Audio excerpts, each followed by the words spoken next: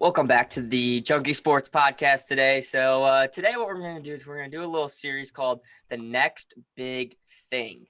And so what we're going to talk about is we have Davis and I here have three players, three guards, three wings, three big men going into the next season that we think are going to make that next big step. Whether that's just them improving just personally as players, or maybe their situation improves. At the end of the day, it's just those players we think are going to make that next big statistical step in the next season. And so let's go ahead and start off with the guards today, Davis. So who is your first guard that you think is going to be the next big thing? So this might come as a little bit of a shocker, but hey, we embrace hot takes here. I bet I'm I gonna can go with guess. okay, let's hear it. Devontae Graham? No, he already had that Whoa. big leap, and I don't know if there's a much more in his bag. But no, I'm gonna go with Dante DiVincenzo, Okay. actually. So talk about a guy that came out of college at Villanova that was a true sniper, right? He reminds me a little bit of. I feel like given the right situation with the Bucks, he could be kind of having a similar season next season to what Duncan Robinson was experiencing this year with Okay. the Heat, and a lot of that comes with okay, maybe they're trying to get him incorporated a little bit more. He's already made big strides from his first to his second season, and so I don't see that slowing down. And his shooting efficiency's still been off the charts, and he's been getting stronger and more physical and attacking the rim when he's out there for the second set. And especially if Eric Bledsoe's gone, which I don't think they're going to keep him around on this roster. I think that gives a lot more opportunity, which a lot of these comes down to, new opportunities kind of motivating, some of these players a little bit to, have a higher ceiling than what they've had in the past. And so that's why Dante DiVincenzo is going to be my first player here. Yeah, so my first guard for next season is Lonzo Ball. Oh, So Lonzo so Ball has had his histories, and I know that this last season was because I watched a lot of the Pelicans this year, and I really enjoyed seeing his improvements on the court. Free throw wise, I mean, he's still horrendous, finishing at the rim horrendous, but the big thing that stood out to me was his 3-point shooting. He's actually a very, very solid 3-point shooter this year. And so I think a lot of that tells me that his free throw is just a lot of that's mental still. But what I look for him in the next season is improving around the rim. That's where he really, really struggles, and it's going to cause him to not be an elite guard in the NBA. But I really think he can take that really next big step next year. They got a new coach down there. There's been a lot of reports coming out of him working on that inside game, especially that's where he really struggles. And yeah, so I think he definitely can make that next big step, improve his points. Because honestly, if next season he doesn't do it, at the end, that tells me that there's no hope for him at that point, and he's a defensive-minded Ricky Rubio for the rest of his career, which isn't necessarily terrible, but I'd like him to become a nice third option for that team behind Brandon Ingram and Zion Williamson. And so I'm really oh, looking for you're him to so average 15, 16 efficiently. fair. I think with Lonzo, definitely honing in on the efficiency is definitely key for him next season. Because kind of what you're alluding to, though, at the same time with the free throw percentage and that being an issue, as we've kind of looked at in the past with some players, specifically with draft prospects coming into the league and whatnot. One of the biggest things that general managers look at over like college 3-point shooting, international 3-point shooting is just their free throw percentage. And that's just a better test to if their shooting is going to be able to translate into the NBA or not. I mean, obviously we know like the whole like true shooting and like that whole analysis type of situation, but at the same time, I yes, he's knocking down more threes than he did his rookie campaign, and he's made great strides in that front. And I'm not gonna lie, Lonzo Ball was also on my list, so I'm gonna have to do a little audible and change that up. I think he's capable of making it. Otherwise, he wouldn't have been the second overall pick in this draft or in that draft class. But I mean, yeah, I don't know. It will be he'll be an interesting player to watch develop next season, especially just as we kind of talked about with the new coaching situation, Stan Van Gundy, and kind of them trying to get the all the young guys back on the same page going forward, and kind of move forward as a unit together.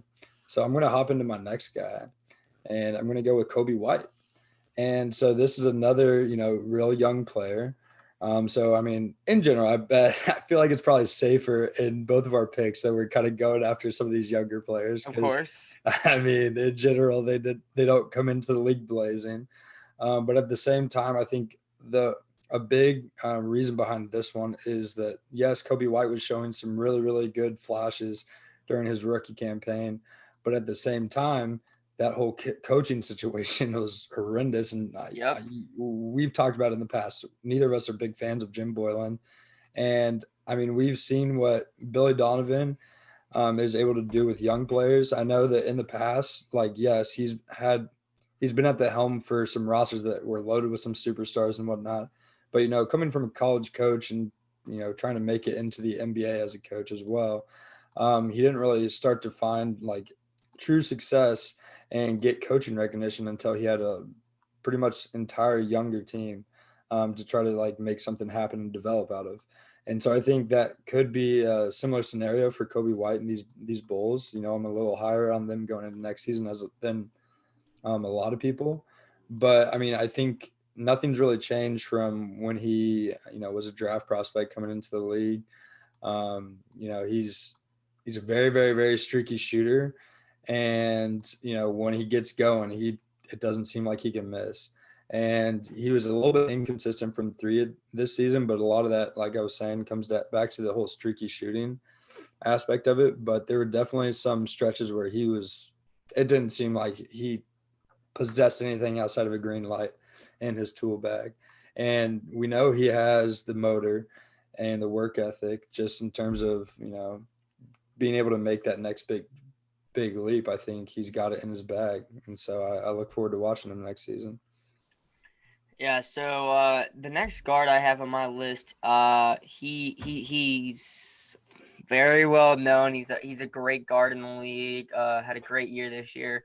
But there's a specific reason why I put him on this list. So, and I think it's kind of obvious, like people expect him to improve, but I have Ja Morant, and the reason why I have him on this list is because I truly expect him to make a massive leap into next year. I expect him to become a first-time All-Star next year, without a doubt. I mean, he almost got into it this year as a rookie, but I think next year he's going to get that. I think he's going to be averaging 23 points a game. What I'm really looking for him to do, become a little bit more efficient from three and just try and drop the turnover rate a little bit. I mean, he is a guard in this league, so I'm not upset by how many turnovers he has. He was a rookie, but just become a little bit more efficient on that passing side of the ball, make some better decisions. But everyone expects Ja Morant to become one of the best point guards in the NBA, and so I kind of want him to just continue that trajectory he's on right now.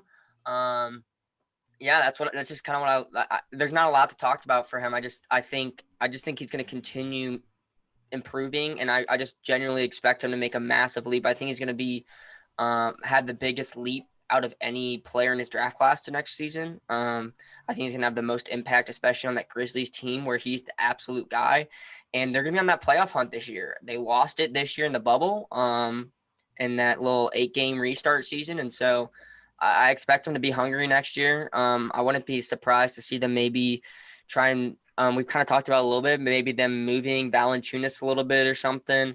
I wouldn't be surprised to see them maybe make a move to sort of help center that team around Ja Morant and go into next season trying to hit that A seed. I think that'd be a big deal for them.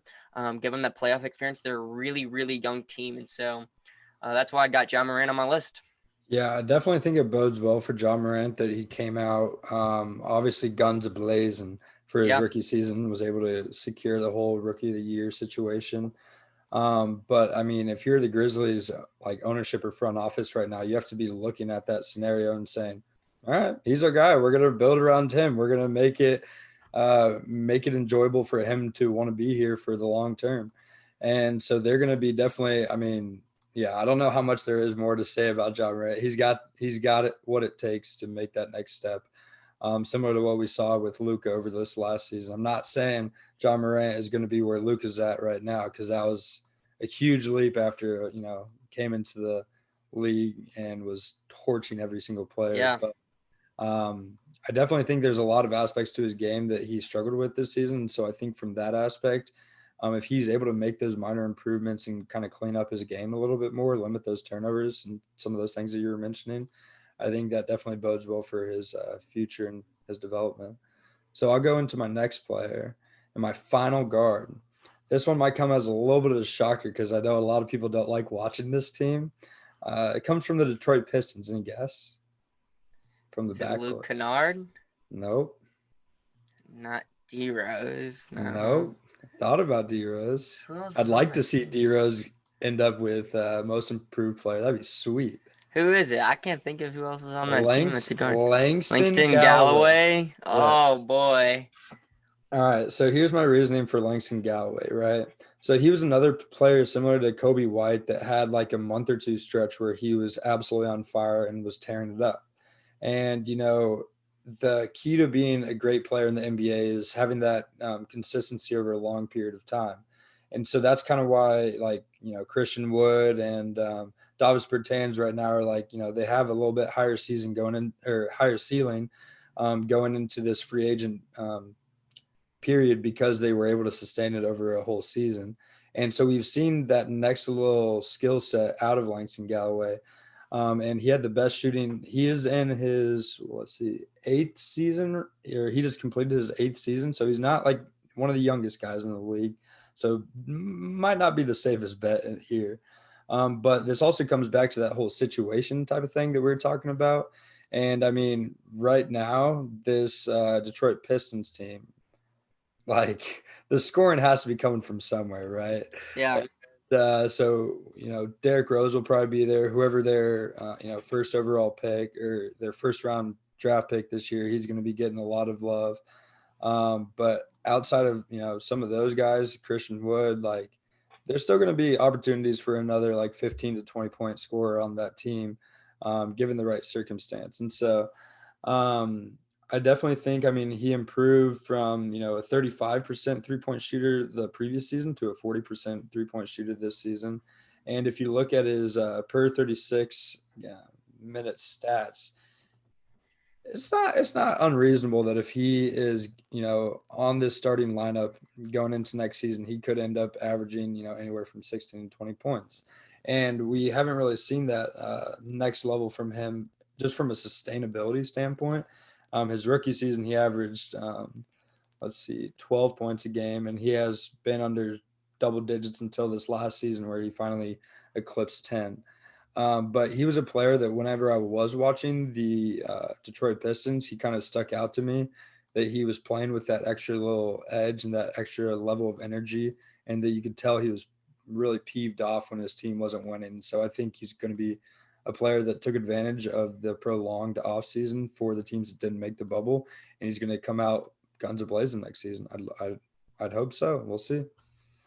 Yeah, that's definitely an interesting point. And I also think that there's been a lot of trade rumors with Derrick Rose and Luke Kennard circulating. And I think if one of those guys goes, I Yeah. mean, he's just going to get more and more opportunities to go out there and play basketball. And so I definitely think there's an opening there for him to make that gap next year. Absolutely. To my next and I guess my final Can guard you that I can have. you do I think going forward we should do where you name the team and the other person tries to guess the player. All right, I like Just out that. I of like that. yeah. So I'm gonna do my honorable mention one first. So I have an honorable mention No, one. no, save the honorable mentions. We'll do those after we finish the guards. Okay, okay, Yeah, okay. yeah. All right. Oklahoma City Thunder. I mean, okay. I think Dennis Schroeder here. No, Lou Dort, no. Shea. Yep. And I have a reason Okay, why. I know he scores a lot, but hold on. I have a reason why. I Shea have is a the reason why. obvious one there. I just thought you were going to be I, a little bit more creative than that. but there's a reason why I have him here, and it's because so he's the leading scorer on the Thunder this year. They were a playoff team. They got that 5 seed. I think I have it up right here. He averaged 19 points a game. I truly see him going into next season averaging about 24 points a game. And I think the biggest part of that is going to be, without a doubt, the fact that I think Dennis Schroeder and or Chris Paul is going to get traded. There's been so many rumors Yeah. circulating them. Chris Paul to the Knicks and all this stuff. I genuinely think the Thunder recognize that they have this value super high on both those players and are going to look to try and move them in the trade market because right now they do not fit the timeline of this team.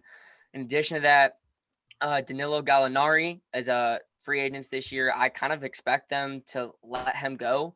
They have all these draft picks right now. I honestly really would like to see him hit almost the reset button, sort of let their younger guys improve, go utilize these draft picks because they're not a team that's going to be competing for a championship in the next year or two. They're a team that needs to look ahead in that 4 or 5 year range.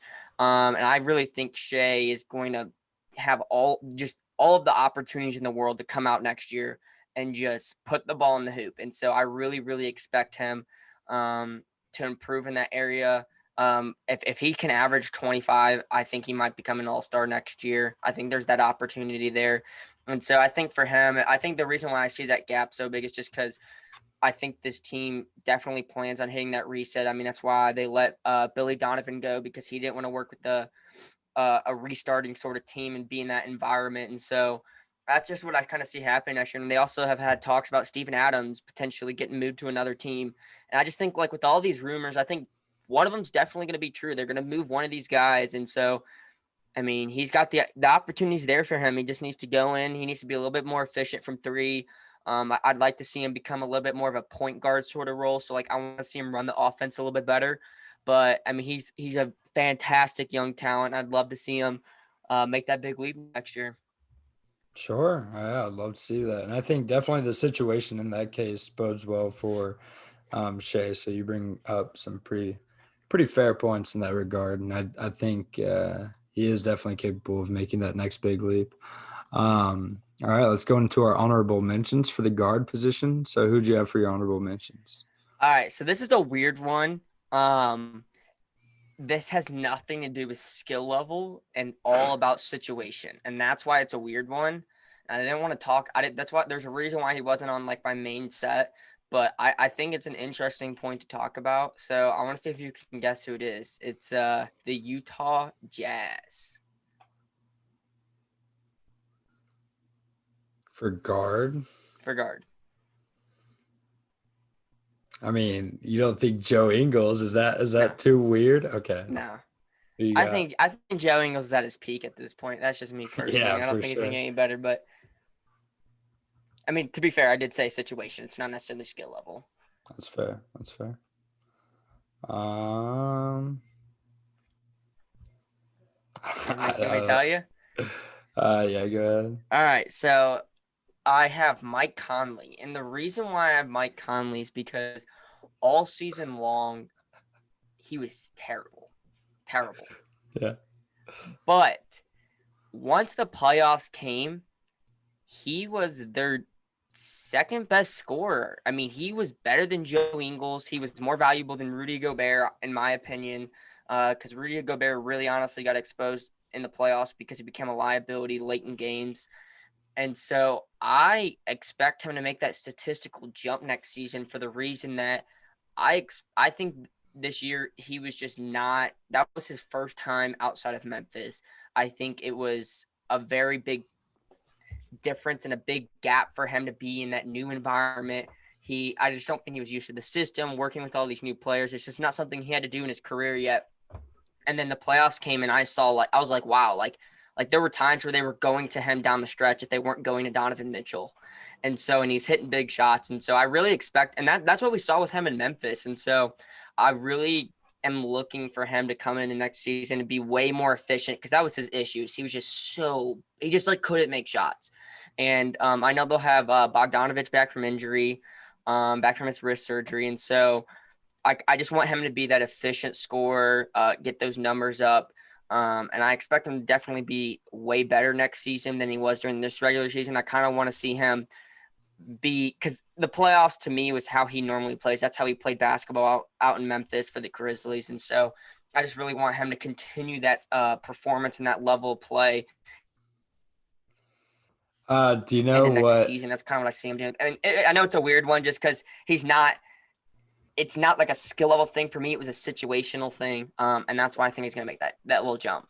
I'm just looking at Mike Conley's nicknames right now, and he actually has some pretty good ones. It's Money Mike and Ooh, Mountain Mike. I That's like it. tough. I That's like tough. it. Absolutely. So I'm not going to spend too long on my honorable mentions. I was just going to put them out there. But my honorable mentions for the next big thing from the guards next season could be Markelle Fultz, Derrick Rose, Ben McLemore, and we already talked about Alonzo Ball. Those That's are all I like to those hear. are those are my honorable mentions. Did you have any other honorable mentions? I just had Mike Conley. That was my only one.